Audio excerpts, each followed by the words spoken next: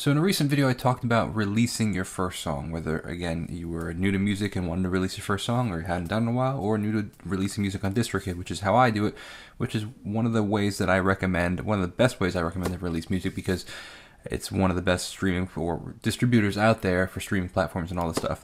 And I've used many of them, so I have some experience. But today we're going to be talking about releasing cover songs. So we're going to be talking about three different things: how to release a cover song, why you should release a cover song, and why you maybe shouldn't release a cover song, and just things to consider with all those involved. Cover songs used to be really tricky to release, and I've released over 120 songs, and 3 of them are cover songs. All 3 of them are from my favorite band, The Fray. Huge fan, and then we'll get into that actually when we go to why to release cover songs. But back when I was releasing these cover songs, it was a bit of a nightmare because you needed licenses to release the cover songs. You needed to essentially contact the record label or the songwriters and get permission to release the cover song. And then a company came out where you were able to, if you were able to find the information, you could put the information in there, and then they would essentially release the cover song for you and try and get the license for you. However, you needed all the information. You needed the exact songwriters, all the details, all the stuff, and it was still a tremendous headache. But now DistroKid came up with this option where essentially you just need the song name and the original band or whoever made it famous.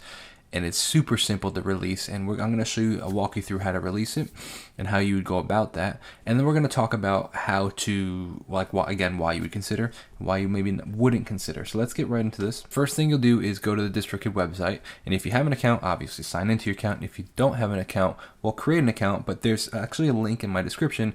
If you create an account, you can save 7% on your first year's subscription, which is pretty cool because, again, you get access to the ability to release cover songs the easiest way, but you also get access to release your own original songs, and you keep 100% of the royalties of your original songs, which is pretty cool as well. And then you pay, we'll get into when we get there, but it's actually, I think it's $1 a month to release a cover song, which is pretty remarkable. I don't know how these prices are so reasonable, especially with how much music you're able to release, which is, again, unlimited music, because back when I first started, you would pay per song per year, and it just got really expensive really quickly. So we're going to sign into DistroKid, and I'll show you how we can upload a track. So we're going to upload some music, click all these things that you would want it to be released to. Snapchat, you probably wouldn't be able to because you have, actually, you might be able to be honest. I'm not entirely sure how publishing rights work. This might be something you might want to look into a little deeper. Because it's a cover song, I don't know if you would own the publishing rights to it, to be honest with you. You might own the performance rights. I don't know if you would own the publishing rights. I've never totally gotten into that side of the industry. Honestly, you could probably ask ChatGPT it. Okay. So is this a song? Are you releasing a cover album? Which would be kind of a cool thing. I've seen people do that before. With, for example, maybe a couple of years ago, an artist released a cover album of John Mayer's Continuum album, which I thought was actually really cool. Has this single been released? No. Here's where you would connect your Spotify, your Apple Music. If you haven't, mine's obviously already connected. If you haven't connected it yet, there'll be links where it'll show you how to connect it. It's can be a little cumbersome, but it's pretty simple. You're just looking for a specific link on Spotify to connect it to make sure that you're the one that when they release the music, it's going to your account and not somebody else's account. So continuing along again with Apple Music and all that stuff, same thing. Connecting your Instagram and your Facebook. Okay, when do you want it released? If you want it on playlists and stuff, I would recommend pushing the release back. I like to just get my music out there so I can start promoting it, so I do as soon as possible. I've always found that DistroKid's always within at least 48 hours, if not 24 hours with releasing, which is pretty remarkable. Record label, if you have one, I just put my name, whatever language, obviously primary genre, secondary genre, album cover, song title, pretty simple stuff to walk through. By the way, I use Canva to make my album covers. I highly recommend them. They're great. It's a great platform to make album covers. Okay, any features on the song? Yes or no? Versions. Here's where you would upload the actual track. You could either drag it in or just click and upload. Here's a cool feature I mentioned in my other video of how to release music, the mastering with Mixia. If you haven't mastered the track, mastering really, what mastering does is it's essentially the it's the last step in any release of music, or the last production step, I guess you could say, where it's kind of, how do I want to explain it? It's kind of like this. So what it does is, here your music's here, and now has the highs and lows of the music. It kind of evens everything out, kind of brings it all, like brings the highs down, kind of like a compressor, brings the highs down a little bit, brings the lows up a little bit, brings certain things into the mix, makes them more apparent or less apparent, right? And it's kind of just the last step that really makes your music sound a little more professional. Mixia is an AI version of that. I've always had a great time with AI. In fact, I actually use AI. I've used it for, gosh, almost a decade, 9 years, since 2016, which is crazy. So, or 2018, I think it's 2016. So, Mixia, I've used this version before. I actually just used it on my last track released. And I recommend it. I actually like it a lot. It enhanced the song a lot, so I recommend checking it out. Dolby Atmos, I don't who even really uses that anymore. Okay, here's really where we want to look at. I wrote this song, or it's a cover song. Obviously, if you wrote it, it's an original song. You don't have to look at this when you watching the video and the cover songs, but I appreciate you watching anyway. Another artist wrote this song. It's a cover song. Okay. Here's where we want to get to. DistroKid makes it easy and legal to distribute your cover song. Here's the cool part: $1 a month. It's pretty wild how cheap it is, man. Things have changed a lot in the music industry since I first joined. Like, it's so easy to do things now. It used to be so much harder. Okay, original artist name. For example, we'll do the example that I did. It would be The Fray.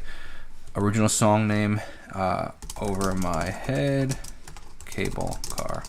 Now, you could go the extra steps, and if you want to find the songwriters, you can. You don't necessarily have to. Now, here are just a couple things that you want to look at. The song you're covering has already been released in the United States, does not contain any samples. Your song does not contain any samples, it's not a remix. It's interesting about samples, huh?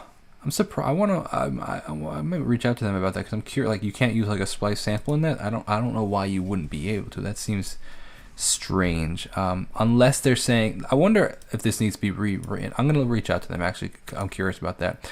I would assume they probably mean like you're sampling another track. For example, like how a lot of hip-hop songs will sample an already released track and then adjust to slow it down, taking it. I don't think they're talking about like a drum hit sample from like Splice, or like a piano sample from Splice. I don't see why you wouldn't be able to do that. But that seems, again, you can reach. If I haven't given an answer, I might put it in the comments. I'm gonna reach out to them, and because I'm curious about that. If I ever release a cover song. So what I'll do is I can do an update, maybe pin an update in the comments or something like that. And if you don't see it, you could just I recommend reaching out to them. They're always quick to respond. Your song can't contain audio that you don't own. For example, TV shows, movies. See, that's kind of what I'm assuming from sample. Like, you're sampling a TV show or sampling a movie, or like sampling another person's song, not necessarily like a splice piano or drum fill or something like that. That really wouldn't make sense. But I'll ask about that. Your song doesn't fundamentally alter the lyrics, blah blah blah. It doesn't give genre changes and embellishments are okay and encouraged.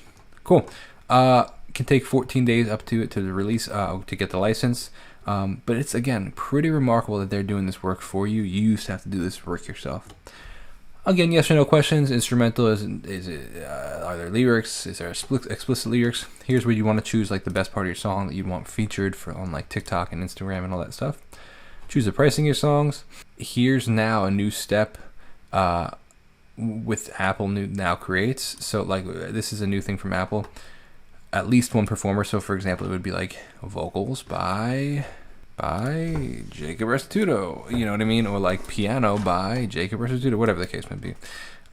Producer, whoever produced it, it's a very strange thing that Apple Music is now requiring, but alas, I don't know why. Only Apple requires it now. Again, I said I was going to make a separate video on these. Obviously, you have to click the cover song license because this is a cover song. If you want it to be like discovered, you know, for example, like with Shazam and stuff like that, click that. A couple other things you can read through, but I think I might make a separate video on these. And then bam, it's $12, $1. You pay it up front, but it's essentially like breaks out to be $1 a month. Click through these guys right here, and then boom, you're good to go. So I hope that answers your question. If you have any further questions, reach out. I'd be happy to answer them. So leave a comment, or you can shoot me an email or anything like that. Now let's talk about why to release a cover song and maybe why not to release a cover song. A great reason to release cover songs is it gets your name out there, right? You're essentially attaching yourself to an artist that is more successful likely than you are. And or you're paying homage to that artist because, so for example, the Fray have been my favorite band for years, or one of my favorite bands for years, and I grew up listening to them. I loved it, and I kind of wanted to pay homage. Like I wanted to do my own version of something that I love so much, right? And that's what I wanted to do. I wasn't necessarily trying to attach my name to them. It was just like it was a sense of honor. Like, man, I want to honor this band by performing their song, right, and doing my own version of their song. But the benefit to that is that, like, if people like that band or are searching for that song, you are more likely to show up in the results, and people will be like, "Oh, I really like this version. This is real. I've never heard this," for example. Like, and it's a great way to gain exposure. The problem with that is that it's a great way to gain exposure. So this is again now the con of releasing cover songs. So just something to be mindful of that I don't think people always recognize. Sometimes people can get caught in the web of cover songs, and people discover you and a cover song blows up, and then all people want to hear, and then people are like, wow, it's great, this cover song really did well, I'm going to release another cover song. And then people love that cover song. Oh my gosh, I love how you did this version of that song, and can you not do this version? So you're like, sure, why not? And now you do that, and then it's easy to get caught in that cover song cycle where people are so obsessed with how great you do covers of other songs that when you want to release your own original music, people aren't necessarily interested because you've gained the audience through cover songs. Now, some people might be interested, but if you have 100,000 followers and you've gained them all through the cover songs, a very small portion are actually going to be interested in your original music. So I would use it as a tool if you want to be an original artist rather than a crutch, and just be conscious of that, right? There's really cool ways to do it. For example, again, that artist that released the Continuum album, the cover album of John Mayer, which I think is a really cool idea. You take a whole album and redo it into your own voice. It's a great way to gain publicity, and it's also, people wouldn't necessarily be like, oh, now can you do it with this whole album? I mean, I guess they might be, but like the likelihood of you now doing a whole nother album would be very slim. And then people now know your name, and it's a great way to segue into your own original music. So those are just things to think about when you're releasing cover songs, the pros and cons of doing it. So I'd love to know if you've had an experience of releasing, a good experience, a poor experience, what you learned from releasing cover songs. If you just did it straight through YouTube. You know what's cool about it too is, like, I had released cover songs through YouTube that people seem to really enjoy. Now I can go and release them through Spotify and Apple Music, and even make some money from them, which is pretty cool because you get some sort of a license through DistroKid. So again, check it out. I highly recommend them. If you are interested in signing up for DistroKid and haven't yet, to release your music, you keep 100% of the royalties. You have access to all these great like options. For example, the mixing, the AI mixing, the releasing original music, unlimited releasing of music, the what's it called? What we're talking about now, the cover songs. There's a link down below. You can save 7%. Click that link. I appreciate it. I'll see you guys in the next video. God bless and peace out.